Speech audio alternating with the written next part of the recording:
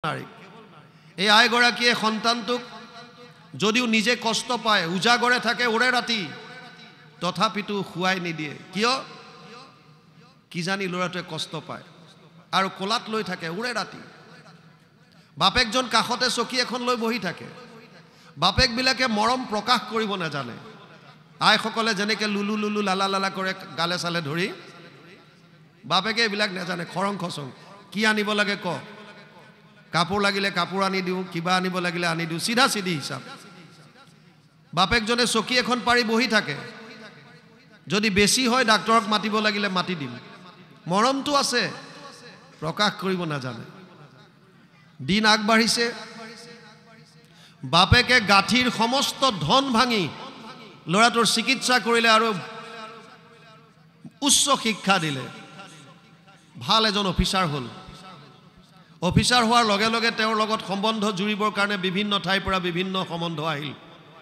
আৰু এজনী ছোৱালীক বোৱাৰী কৰি তেওঁলোকৰ ঘৰলৈ আনিলে শাহুৱেকৰ বহুত কল্পনা আছিল ল'ৰাটোক বহু বছৰ উজাগৰে মই নিশা কটাই ডাঙৰ দীঘল কৰিছোঁ ল'ৰালে মই যিজনী ছোৱালী আনিম তাই নিশ্চয় মোক অতি মৰম কৰিব ৰাতিপুৱা উঠি মা চাহ বনাইছোঁ খাহি বা খোৱাহি এনেকৈ সম্বোধন ধৰিব বহুত কল্পনা পিছে তেনেকুৱা নহ'ল বোৱাৰীকজনী অলপ বেলেগ ধৰণৰ হ'ল আপোনালোকৰ এইফালে কেনেকুৱা নাজানো আমাৰ ফালে বিয়াৰ পাছত এবছৰলৈকে বোৱাৰীবিলাকক চন্দ্ৰমুখী বুলি কোৱা হয় চন্দ্ৰমুখী মানে ওৰণিখন দীঘলকৈ থাকে মাতটো অতি কোমল শীতলতা মাত যেন নেমাতিব ইমান মিঠা চন্দ্ৰৰ দৰে অতি শীতল এবছৰ যোৱাৰ পাছত দ্বিতীয় বছৰত অকণমান সূৰ্যমুখীলৈ ৰূপান্তৰ ঘটে লাহে লাহে ওৰণিখন পিছলৈ গৈ থাকে আৰু তাপ দিয়া আৰম্ভ কৰে মাজতেতো শাহুৱেক এগৰাকীক ভাত বনাই দিলে আমাৰ তাত বোৱাৰী এজনী আপোনালোক তেনেকুৱা নহয় আপোনালোকৰ গালে নানিব শিলগুটি এটা পালে শাহুৱেকে সুবিধা লৈ আছিল আৰু ক'লে এই বোৱাৰী ভগৱানে চকু দুটা দিয়া নাই চাউলকেইটা ভালকৈ বাছি ল'ব নোৱাৰিলি শিলগুটি ওলাইছে দেখা নাই বোৱাৰী এগৰাকী সূৰ্যমুখী পিৰিয়ডত আছিল আৰু সেইকাৰণে ক'লে মা মোক বাৰু ভগৱানে দুটা চকু দিছেই মই বাৰু নেদেখিলোৱে আপোনাক ৩২টা দাঁত দিছেনে নাই এই সৰু শিলগুটিটো চোবাই খাব নোৱাৰে সূৰ্যমুখী তাপ দি দিছে আৰু তৃতীয় বছৰৰ পৰা জ্বালামুখী বুলি কয় আমাৰ ফালে আপোনালোক ইয়াত তেনেকুৱা নহয় চব চন্দ্ৰমুখী আমাৰ তাত প্ৰথম বছৰ গিৰিয়েকে কয় ঘৈণীয়েকে শুনে দ্বিতীয় বছৰ ঘৈণীয়েকে কয় গিৰিয়েকে শুনে আৰু তৃতীয় বছৰৰ পৰা দুইটাই কয় ওচৰ চুবুৰীয়াই শুনে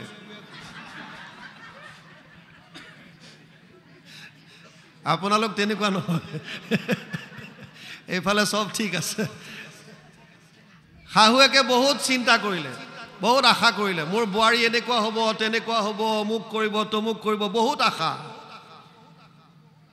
কিন্তু বোৱাৰীয়েক তেনেকুৱা নহ'ল সেইকাৰণে মনত বিৰাট দুখ প্ৰতিটো কথাত কিবা নহয় কিবা উত্তৰ দি দিয়ে মানসিকভাৱে ভাগি পৰিল শাহুৱেক দুটা কথা মনত ৰাখি যাওক আৰু চিতা আৰু চিন্তা ইয়াৰ মাজত বিশেষ পাৰ্থক্য নাই চিতা আৰু চিন্তা চিতাই মৰাশ জ্বলায় মৰাশ চিতাত উঠাই জ্বলাই দিয়ে আৰু চিন্তাই জীৱন্ত মানুহক জ্বলাই দিয়ে গতিকে কেতিয়াও চিন্তা নকৰিব যিকোনো কথা হওক ভগৱানৰ ওপৰত এৰি দিয়ক এই মানুহগৰাকীয়ে এনি টাইম চিন্তা কৰি থকা হ'ল কেনেকুৱা বোৱাৰী আনিলোঁ কি কৰিম কি নাই ভাবোঁতে ভাবোঁতে ভাবোঁতে ভাবোঁতে মানসিকভাৱে ভাগি পৰিল আৰু এটা কথা বুজি লওক যিবিলাক মানুহে মানসিকভাৱে অসুস্থ হৈ গ'ল ভাগি পৰিল কম দিনৰ ভিতৰত তেওঁলোক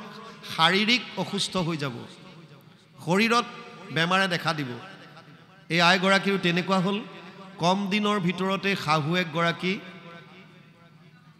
সিপুৰিলে গুচি গ'ল এতিয়া ঘৰত আছে বুঢ়াজন পিতেক বোৱাৰীয়েক আৰু তেওঁলোকৰ জীৱনলৈ ইতিমধ্যে এটি সন্তান আহিছে ঘৰত মাত্ৰ সেইকেইটা প্ৰাণী সময় আগবাঢ়িছে বুঢ়াজনৰ বয়স বাঢ়ি আহিল আৰু যেতিয়া বয়স বেছি হৈ যায় তেতিয়া জমৰ তিনটা দুট আহে বুলি কয় এই দুট তিনটা আন একো নহয় আমাৰ তিনটা বেমাৰ কফ বাত আৰু পিত্ত বয়স হৈ আহিলে মানুহৰ তিনটা বেমাৰে মিনিমাম লগ লাগি যায় হয়তো কফ কাহি থাকে হয়তো বাত বিষ হয় জয়েন্ট পেইন আৰু এটা হৈছে পিত্ত হজম নহয় বিভিন্ন ধৰণৰ পেটৰ অসুখ এই তিনটাৰ এটা আহি যায় বুঢ়াজনক পালে কফ ৰাতিটো কাহি থাকে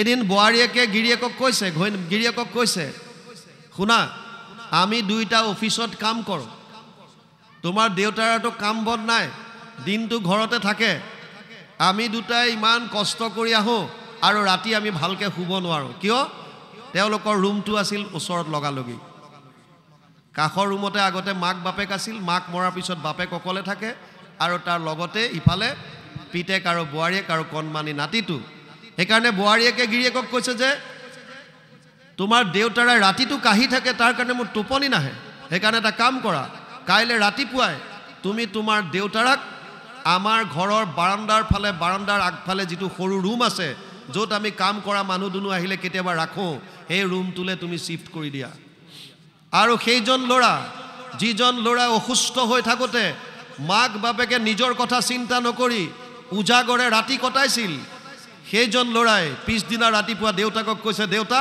তই ৰাতিটো কাহি থাক তোৰ কাৰণে আমাৰ টোপনি ক্ষতি হয় দিনটো ভালকৈ অফিচত কাম কৰিব নোৱাৰো সেইকাৰণে তই এই আগফালে থকা ৰুমটোত যা বাপেকে ক'লে বোপাই ময়ো ভাবিছিলোঁ কথাটো হয় মই কাহি থাকোঁ তহঁতৰ টোপনি নাহে ডিষ্টাৰ্ব হয় বুলি মই গম পাইছিলোঁ বৰ ভাল হ'ব দে মই তাতে থাকোঁগৈ বুঢ়াজন আগফালৰ ৰুমটোলৈ গুচি গ'ল তেতিয়াও এটা নিয়ম আছিল যে খোৱাৰ সময়ত ভিতৰলৈ আহে একেলগে ডাইনিঙত বহি আটাইকেইজনে খায় বয়স বাঢ়ি গ'ল বুঢ়াজনৰ নাৰ্ভৰ প্ৰব্লেম আহিল হাত কঁপিবলৈ ধৰিলে আৰু তেওঁ আহাৰ গ্ৰহণ কৰোঁতে মুখলৈও কম যায় গাত পৰে বেছি চোলাত পৰে বোৱাৰীয়েকৰ আকৌ লাগিল বোৱাৰীয়েকে গিৰিয়েকক কৈছে যে শুনা মই তোমাৰ দেউতাৰ লগত ভাত খাবলৈ ঘিণ কৰোঁ কিয় এই খাওঁতে গোটেই গাত এইবিলাক পৰি যায় দালি পৰে ভাত পৰে মই এনেকৈ নোৱাৰোঁ খাব দেই তুমি এটা কাম কৰা তেওঁৰ ৰুমতে দি দিম তাতে খাবলৈ দিয়া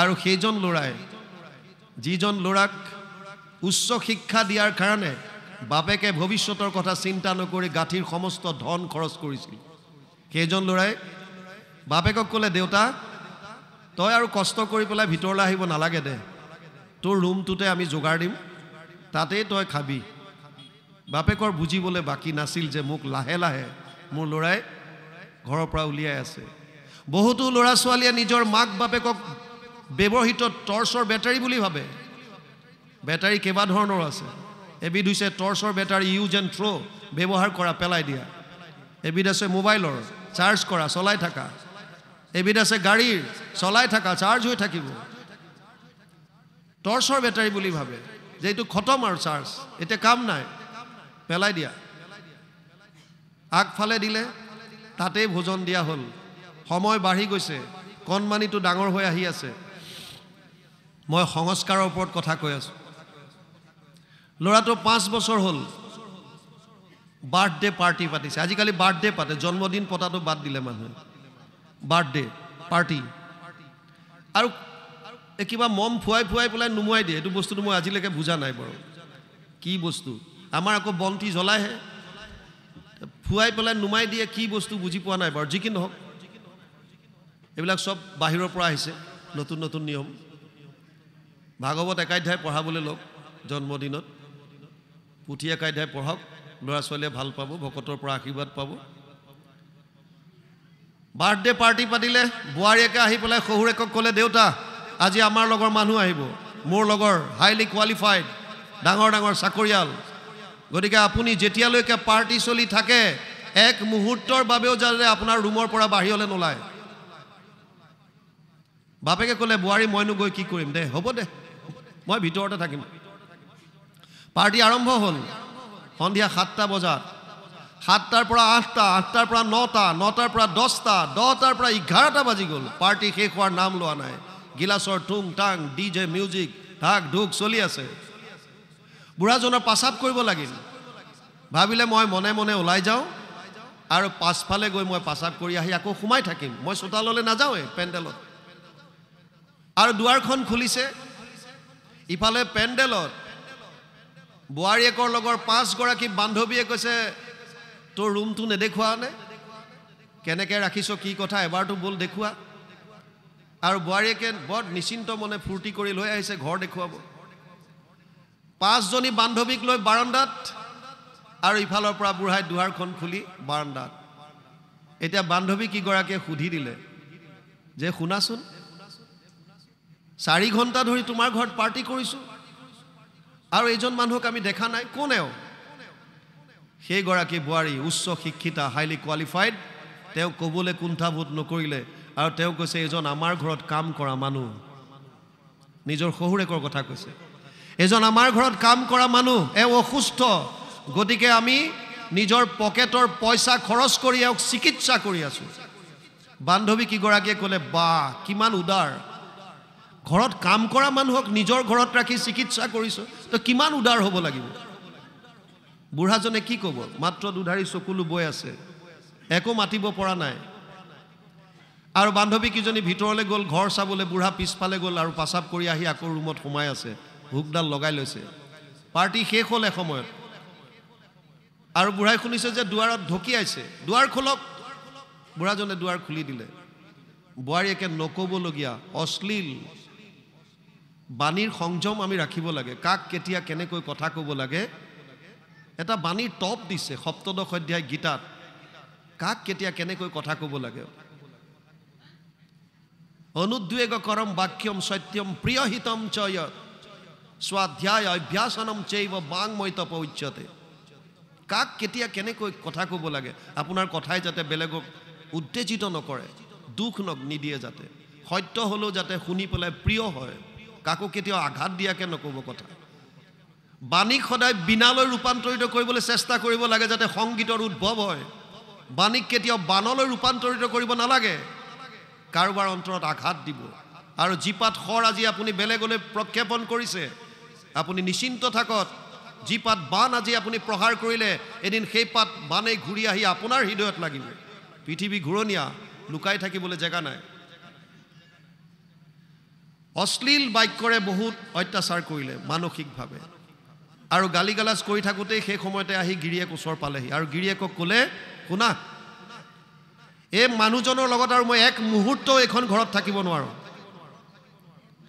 কাইলৈৰ ভিতৰত তেওঁক তুমি কিবা এটা কৰা, যদি মোক ৰাখা তেতিয়াহ'লে এইজন থাকিব নোৱাৰে, আৰু যদি এইজনক ৰাখা তেতিয়াহ'লে মই তোমাৰ লগত নাথাকোঁ, সিদ্ধান্ত তোমাৰ। ঘপকৈ গুচি গ'ল দুৱাৰ মাৰি। আৰু সেইজন ল'ৰাই, যিজন ল'ৰা সৰু হৈ থাকোঁতে মাক বাপেকে উজাগৰে নিশা কটাইছিল, সেইজন ল'ৰা, যিজন ল'ৰাক পঢ়াবৰ কাৰণে মাক বাপেকে গাঁঠি ধন ভাঙি তেওঁক ডাঙৰ মানুহ কৰিছিল, সেইজন ল'ৰাই পিছদিনাখন ওচৰত থকা এখন বৃদ্ধ আশ্ৰমত কথা পাতি তাৰ পৰা গাড়ী এখন লৈ আহিছে। গেটৰ ওচৰত গাড়ীখন ৰাখি বাপেকৰ ওচৰলৈ আহি ক'লে, দেউতা, তই অকলে অকলে ঘৰটোত থাক দিনটো, আমি দুটা অফিচলৈ যাওঁ, কণমানিটো স্কুললৈ যায়, তোৰ চাগে বৰ অকলশৰীয়া যেন লাগে, সেইকাৰণে মই ভাবিছোঁ আমাৰ ওচৰতে এখন আশ্ৰম আছে, তোৰ দৰে বহুত মানুহ তাত আছে, বল তোক তাতে থৈ আহোঁগৈ, তই তাত এটলিষ্ট লগ পাবি। বাপেকজনৰ বুজিবলৈ বাকী নাছিল যে মোৰ ল'ৰাই মোক ঘৰৰ পৰা উলিয়াই বৃদ্ধ আশ্ৰমৰ বাট দেখুৱাইছে। ক'লে, বোপাই তই ঠিকেই ভাবিছ, ময়ো ভাবিছিলোঁ, হয় মই বৰ অকলশৰীয়া হৈ গ'লোঁ, মোৰ যেন আপোন বুলিবলৈ কোনো নাই। হ'ব দে ব'ল, আজি ল'ৰাটো আগে আগে গৈছে, বাপেক পিছে পিছে। সাধাৰণতে বাপেক আগত যায় আৰু ল'ৰা পিছত। ল'ৰাবিলাকে নিজৰ বাপেকক ৰোল মডেল বুলি ভাবে, আদৰ্শ বুলি, আৰু ছোৱালীয়ে মাকক আমি যেনেকুৱা আচৰণ দেখুৱাওঁ সেই আচৰণবিলাক নিজৰ সন্তানে গ্ৰহণ কৰে। মাকৰ আচৰণ ছোৱালীবিলাকে গ্ৰহণ কৰে, বাপেকৰ আচৰণ ল'ৰাবিলাকে গ্ৰহণ কৰে, আদৰ্শ ৰোল মডেল। কিন্তু আজি উল্টা হৈছে, ল'ৰা আগত বাপেক পাছত তাকো বাট ক'লে দেখুৱাইছে বৃদ্ধ আশ্ৰম গেটৰ ওচৰ পালেগৈ বুঢ়াজনৰ হৃদয় কঁপি উঠিছে এবাৰ ওলাই যোৱাৰ পাছত আৰু ইয়ালৈতো ঘূৰি আহিব নোৱাৰিম আৰু তাত মোৰ আপোন বুলিবলৈ কোনো নাথাকিব হৃদয়খন কঁপি উঠিছে আৰু নিজৰ পিতেকক কৈছে বোপায়ো তোৰ মাৰে মোক এখন এৰী চাদৰ দিছিল মাৰে তোৰ এৰি থৈ গুচিয়ে গ'ল মোৰ আলনাডালতে এৰী চাদৰখন আছে তই সেইখনকে লৈ আগে যা যেতিয়া তোৰ মাৰলে মনত পৰিব তহঁতলে মনত পৰিব নাতিটোলে মনত পৰিব আপোন বুলি ভাবিবলৈ মোৰ কোনো যেতিয়া নাথাকিব মাৰে দিয়া এৰী চাদৰখনকে মই গাত লৈ থাকিম পিতেক যাবলৈ পোৱাই নাই কণমানিটো দৌৰ মাৰিছে আৰু ককাকৰ আলনাৰ পৰা এৰী চাদৰখন লৈ আহিছে দুৱাৰ দলিত দীঘলকৈ মেলি লৈছে ভিতৰৰ পৰা এখন দা আনি পেলাই মাজত কাটিবলৈ ধৰিলে মাকে ভাবিছে মোৰ ল'ৰা মোৰ আদৰ্শত উঠিছে গোটেইখন নিদিয়ে ককাকক এটুকুৰাহে দিব এটুকুৰা ৰাখিছে বাহ কি সংস্কাৰ দিছো মই সুধিছে বোপাই কিয় কাটিছ একো মতা নাই সি কাটি আছে খালি বাপেক আহিল দেৰি হোৱাৰ কাৰণে বাপেকে আহি ক'লে উপায় এৰী চাদৰখন ককাক কেলে কাটিলি সি কৈছে শুনা মা শুনা দেউতা মই যদি আজি গোটেইখন এৰী চাদৰ ককাৰ লগত দি পঠিয়াওঁ তেতিয়া যিদিনা মই তোমালোকক বৃদ্ধ আশ্ৰমৰ বাট দেখুৱাম সেইদিনা তোমালোকৰ লগত কি পঠিয়াম ইয়াৰ এটা টুকুৰা মই সেই দিনাৰ কাৰণে ৰাখিছোঁ যিদিনা তোমালোক দুটাকো মই বৃদ্ধ আশ্ৰমৰ বাট দেখুৱাই দিম यत यद आचरति श्रेष्ठ तदेव इतर जन स यत प्रमाणम कुरुते लोकास्तदानुवर्तते तृतीय अध्याय 21 নম্বৰ শ্লোক গীতাত অৰ্জুনক কৈছে হে অৰ্জুন জ্যেষ্ঠজনে শ্ৰেষ্ঠজনে যেনেকুৱা আচৰণ কৰে আমি উঠি অহা সকলে সেইবিলাক ফলো কৰোঁ এইকাৰণে উপদেশতকৈ আৰ্হি ভাল বুলি কোৱা হয় নিজৰ সন্তানক সংস্কাৰ দিবলৈ হলে উপদেশ কমাই দিয়ক আচৰণত আনক সন্ধিয়া হোৱাৰ লগে লগে নিজে মোবাইলটো লৈ নিজে টিভিৰ ওচৰত নবহি নিজৰ সন্তানৰ ওচৰত অলপ সময় বহক স্কুলত কি পঢ়াইছে কলেজত কি পঢ়াইছে সোধক নিজে জানিবলৈ ইচ্ছা কৰক কি আছে তোৰ ক্লাছত অকণ আমাক ক কেনেকুৱা লাগিল আজি তোৰ ক্লাছত কি হ'ল কি মোক ক উৎসাহেৰে বুজাব আপোনালোকক নিজৰ পঢ়াটোত ইণ্টাৰেষ্ট দিব সময় দিয়ক অলপ সময় দিয়ক ল'ৰা ছোৱালীক আৰু আচৰণ যেতিয়া দেখুৱাব আপুনি নিজে এখন গ্ৰন্থ লৈ বহক ওচৰত কীৰ্তনখন মেলি লওক দুটামান ঘোষা মুখস্থ কৰক প্ৰাৰ্থনা কেইটামান মনত ৰাখক ভাদ মাহত নাম হয় কীৰ্তন কেইটামান মুখস্থ কৰি লওক আজিকালি দিহা নাম য'তে ত'তে হৈছে তাৰ কাৰণে আপোনালোকে চেষ্টা কৰক আচৰণ দেখুৱাওক আচৰণ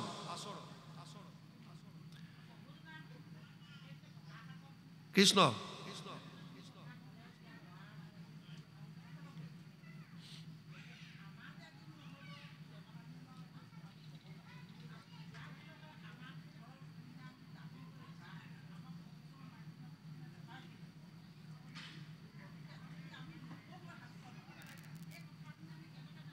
তাকেতো কোৱা হৈছে এতিয়া সেইকাৰণে কোৱা হৈছে যে পঢ়িবই লাগিব মই প্ৰথমতো কৈছিলোঁ আপোনালোকে অধ্যয়ন কৰক কথা ভাগৱতস্যাপি নিত্যম ভৱতি যত গৃহে তৎ গৃহম তীৰ্থৰূপম হি বাসতম পাপনাশনম অধ্যয়ন কৰিবলৈ লওক শাস্ত্ৰৰ উত্তম গীতা ভাগৱত গীতা এভাগ লওক গীতাৰো এটা কথা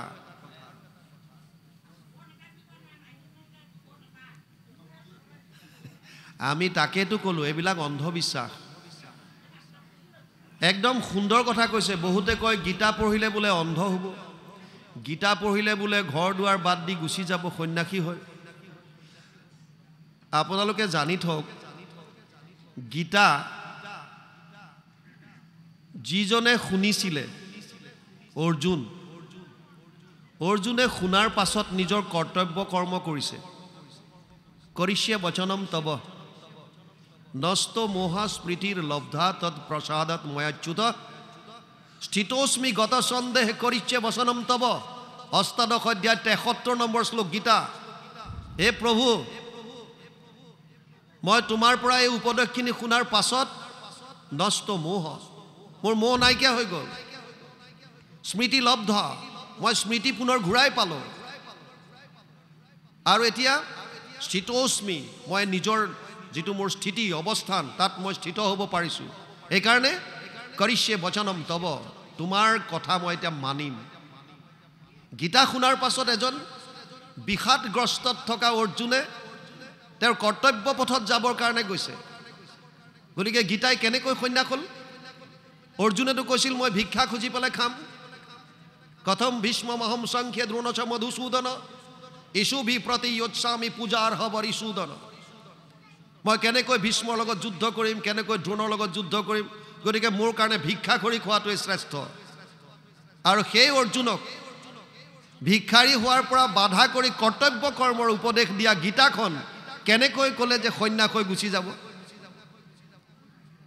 গীতা পঢ়িলে বোলে, আৰু শুনক কৈছে কোনে? ভগৱান কৃষ্ণই, যাৰ 16,108 গৰাকী পত্নী, আৰু যোনে শুনিছে অৰ্জুন, তেওঁৰো কেইবাগৰাকীও পত্নী। কেনেকৈ সন্ন্যাস হ'ল? কোনজন সন্ন্যাস হ'ল? গীতা শুনাৰ কাৰণে কোনজন অন্ধ হ'ল? এয়া চব অন্ধবিশ্বাস। কিয় কৈছিলে এইবিলাক? কাৰণ আপুনি যদি সত্যটো জানে, কাইলৈ আপুনি প্ৰশ্ন কৰিব যে তোমালোকে যে মোক এইটো কৰ্ম কৰিবলৈ দিছা, কিন্তু শাস্ত্ৰত দেখোন এইটোহে কৈছে, কৃষ্ণ একদেৱ, একদেৱ দুখহাৰী, আৰু তুমি কৈ আছা যে নহয় অমুকত কৰা। এইটো কিয় ক'লা?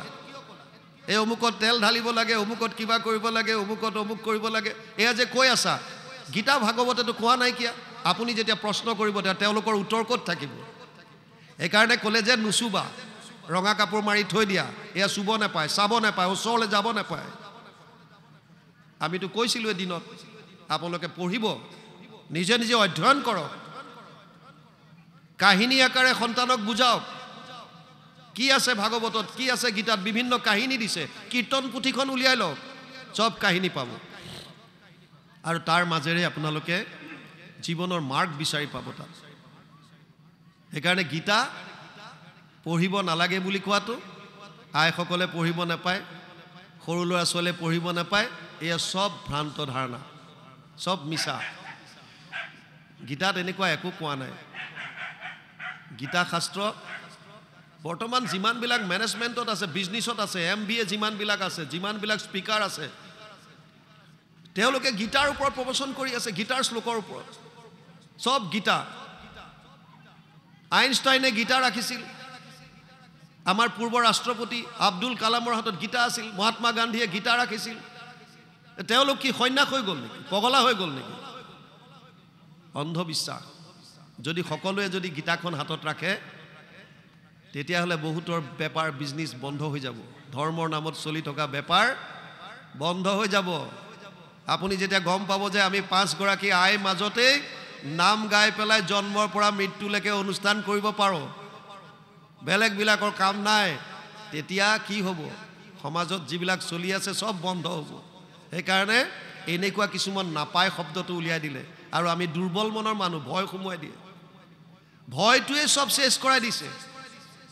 মই বেছি সময় নলওঁ, আপোনালোকৰ পৰা অলপ সময় ল'ম। 9টা 9:30 বাজিছে। এজন ল'ৰাই ছোৱালী এজনী বিয়া কৰাই আনিলে,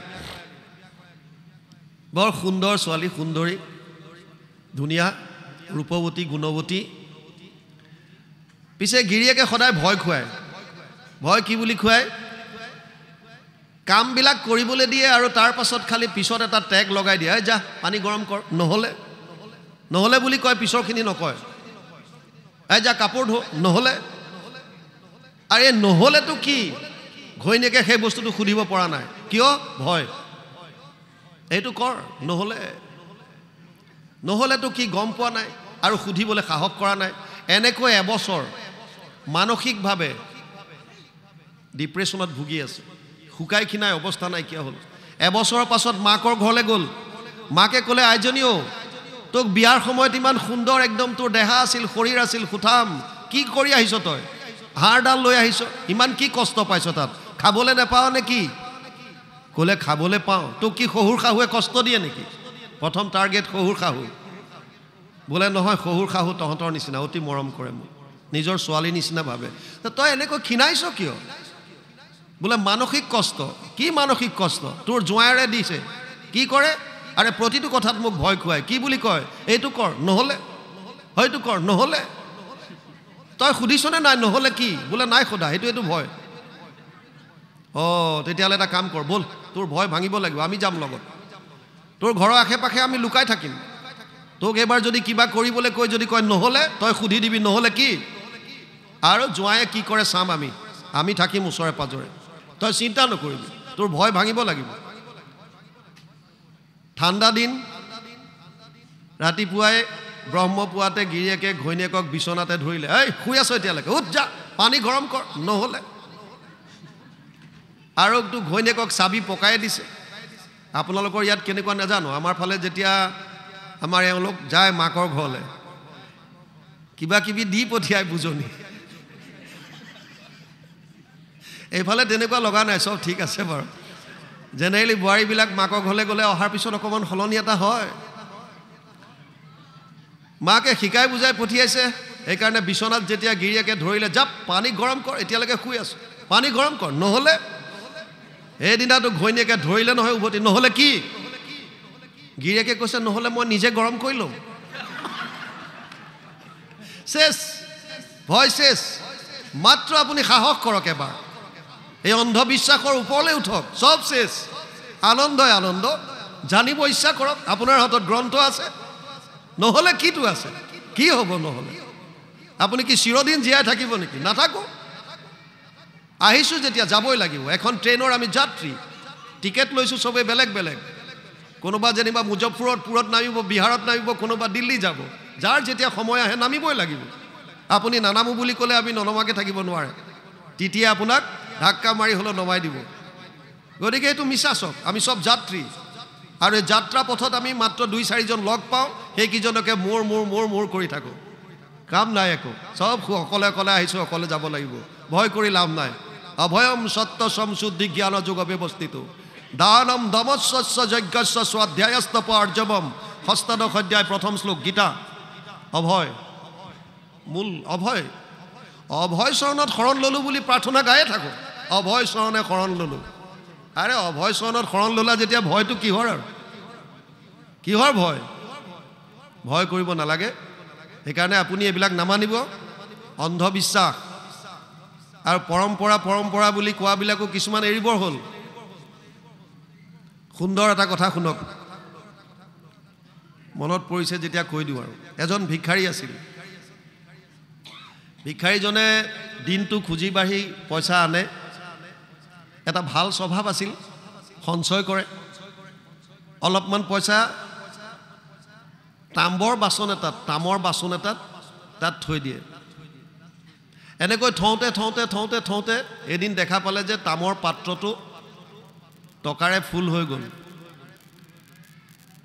তেওঁ ভাবিলে যে মইতো জীৱনটো কেৱল মোৰ কাৰণে কটালোঁ শৰীৰটোৰ কাৰণে গতিকে এই ধন সোণখিনি ইয়াক মই কিবা ভাল কামত লগাম আৰু তেতিয়া তীৰ্থক্ষেত্ৰলৈ যায় সন্ত মহন্ত তাত থাকে গাঁৱলৈ এনেকৈ ভকতৰ সমাগম নাই ইয়াত ভাগৱতৰ চৰ্চা নাই কথা শুনিবলৈ হ'লে আপুনি তীৰ্থক্ষেত্ৰত যাব লাগিব ই ভাবিলে গংগাৰ পাৰলৈ যাওঁ তাতে গৈ সন্ত মহন্তক লগ পাম এই পইচাখিনিয়ে তেওঁলোককে এসাঁজ খুৱাই দিম লাগিলে এইটো মনত ভাৱ লৈ পেলাই তীৰ্থক্ষেত্ৰলৈ গ'ল আৰু যোৱাৰ পাছত তেওঁ ভাবিলে গংগাত স্নান কৰিলে বোলে পাপ যায় সেইকাৰণে আগতে যি য'ত পাপ আছে সেইখিনিও যোৱাই লওঁ কেইটা সমস্যা আহি গ'ল তেওঁ অকলে গৈছে ইফালে তামৰ পাত্ৰটোত আছে টকা ধন আছে কি কৰিব এতিয়া পাৰত থৈ দিলে কোনোবাই লৈ যাব সেইটোও ভয় সেইকাৰণে ভাবিলে বালি অকণমান পাৰত বালিখিনি খান্দি লৈ তাতে পাত্ৰটো পুতি থ'ম আৰু মই গা ধুই আহিম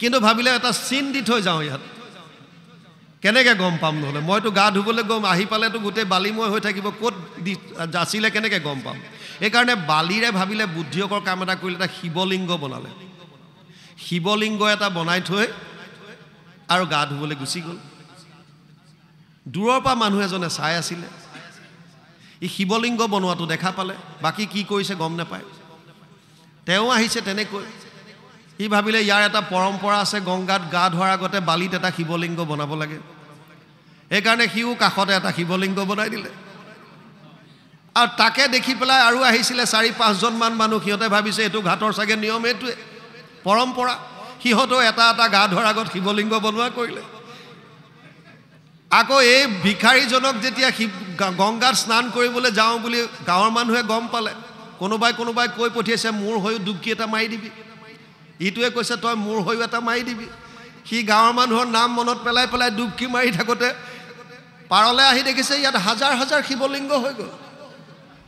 এতিয়া বেচাৰাই চিন্তা কৰিছে মোৰতো ক'ত আছিল, কোনটোত সোমাল এতিয়া সি গম পোৱা নাই। এটা শ্লোক উচ্চাৰণ কৰিছে, গতানুগতিক লোকা না লোকা পৰমাৰ্থিক বালুকালিংগ মাত্ৰেন গতম মে তাম্ৰভাজন। চব মানুহ গতানুগতিক, পৰম্পৰাক লৈ চলি আছে, সত্যটো উদ্ভাৱন কৰিবলৈ কোনো চিন্তা নকৰে, কি হৈছে কি নাই গম নাপায়, কেৱল দেখাক দেখি ধৰ্ম কৰি গৈ আছোঁ, কেৱল দেখি আছোঁ। সত্যটো আপোনাৰ গ্ৰন্থত আছে, অধ্যয়ন কৰক। সেইকাৰণে বাংময় মূৰ্তি আমাক দিছিল। বাংময় মূৰ্তি কেৱল প্ৰতিষ্ঠা কৰি ধূপ ধূনা জ্বলোৱাৰ বিষয়ে নহয়, অধ্যয়ন কৰিবলৈ দিছে। উঠি অহা চামক দিয়ক, আপোনালোকে অধ্যয়ন কৰক, নহ'লে সেইজনৰ নিচিনা হ'ব। পৰম্পৰা। দক্ষিণ ভাৰতত এটা মন্দিৰ আছিল, তাত এজন পূজাৰীয়ে সদায় পূজা কৰিবলৈ যায়, নৈবেদ্য যেতিয়া আগবঢ়ায়, তেওঁৰ এটা বন্দা মেকুৰী আছিল, ক'লা মেকুৰী এটা ডাঙৰ। এই মেকুৰীটোৱে লগত যায় পূজাৰীৰ, আৰু সেই নৈবেদ্য যিমানখিনি আগবঢ়ায় শৰাইত গোটেইখিনি ভৰি মুখ লগাই খেচি থাকে। পূজাৰীটোৱে উপায়হীন হৈ পেলাই এদিন কি কৰিলে, ভাবিলে ইয়াক মই বান্ধি থ'ব লাগিব। সেইকাৰণে লগত ৰছী এডাল লৈ যায়, আৰু পূজা কৰিবলৈ যোৱাৰ প্ৰাক মুহূৰ্তত তাৰ ডিঙিত ৰছীডাল লগাই খুটা এটাত বান্ধি থয়, আৰু তেওঁ নৈবেদ্য আদি আগবঢ়াই পূজা পাতল কৰে। তাৰপিছত লাহেকৈ আকৌ মেকুৰীটো খুলি লগত লৈ আহে। এনেকৈ বহু বছৰ গ'ল। হঠাৎ এদিন পূজাৰীজনৰ মৃত্যু হ'ল। তাৰ মৃত্যু হোৱাৰ লগে লগে সেই মন্দিৰত পূজা কৰিবৰ কাৰণে এজন পূজাৰীৰ প্ৰয়োজন হ'ল, উত্তৰাধিকাৰী। তেওঁলোকে গোটেই ওচৰে পাজৰে চিন্তা চৰ্চা কৰি ভাবিলে, বিচাৰ খোচাৰ কৰিলে, পোৱা নাই। কিছু দূৰৰ এখন গাঁৱত এজন আছিলে পূজাৰী, তেওঁক গৈ পেলাই সুধিলে, বোলে মই পাৰিম, সেইটো মন্দিৰত মই বহুবাৰ গৈছোঁ, আৰু আপোনালোকৰ মেইন পূজাৰীৰ লগত সহায়ক হিচাপে মই বহুখিনি কৰিছোঁ, গতিকে তাৰ নীতি নিয়ম মই জানো। বোলে হ'ব তেতিয়াহ'লে আপুনি কাইলৈ আহক। বোলে হ'ব যাম। ৰাতিপুৱা আহিল, আৰু তেওঁক ক'লে যে ঠিক আছে আপুনি তেতিয়াহ'লে নৈবেদ্য আদি আগবঢ়াওক। সি কৈছে সেয়া চব ঠিক আছে বাৰু, বস্তু বাহিনী চব অ'কে আছে, কিন্তু হেৰি নহয়, এই মন্দিৰৰ এটা পৰম্পৰা আছে। বোলে কি? পূজা পাতল আগবাঢ়ে কৰিবলৈ যোৱাৰ আগতে এই খুঁটাটোত এটা ক'লা বুন্দা মেকুৰী এটা বান্ধি থ'ব লাগে, এইটো পৰম্পৰা। এই ক'লা মেকুৰী এটা আগতে লাগিব, তাক আগতে ইয়াত বান্ধিব লাগিব খুঁটাত, তেতিয়াহে ইয়াৰ পূজা পাঠ হ'ব। আমাৰো বহুত পৰম্পৰা তেনেকুৱা। পৰম্পৰাটো হৈছে পৰমৰ পৰা অহা, শ্ৰেষ্ঠৰ পৰা অহা, পৰমৰ ওপৰত আৰু আন একো নাই। কিন্তু আমি যিমানবিলাক মানি আছোঁ এইবিলাক মাজৰ পৰা অহা, এইবিলাক চব পৰম্পৰা নহয়, মাজৰ পৰা। সেইকাৰণে আইসকলক এইটো কৰিব নাপায়, সিটো কৰিব নাপায়, বাপ সমস্তই গীতা পঢ়িলে অন্ধ হ'ব, সন্যাস হ'ব, চব মিছা। ইয়াত বিশ্বাস কৰিবলগীয়া তিল মানুহ নাই। আপোনালোকে নিজে অধ্যয়ন কৰক, আচল তত্ত্ববিলাক বুজক, আৰু শাস্ত্ৰই যেনেধৰণে কৈছে এটলিষ্ট নিজে সেইধৰণে চলিবলৈ চাওক। বেলেগৰ একো লাভ হয় হানি হয় এইটো পিছৰ কথা, নিজে আনন্দ পাব, পৰম আনন্দত থাকিব পাৰিব, আৰু ঈশ্বৰ আপোনালোকৰ সহায় হ'ব।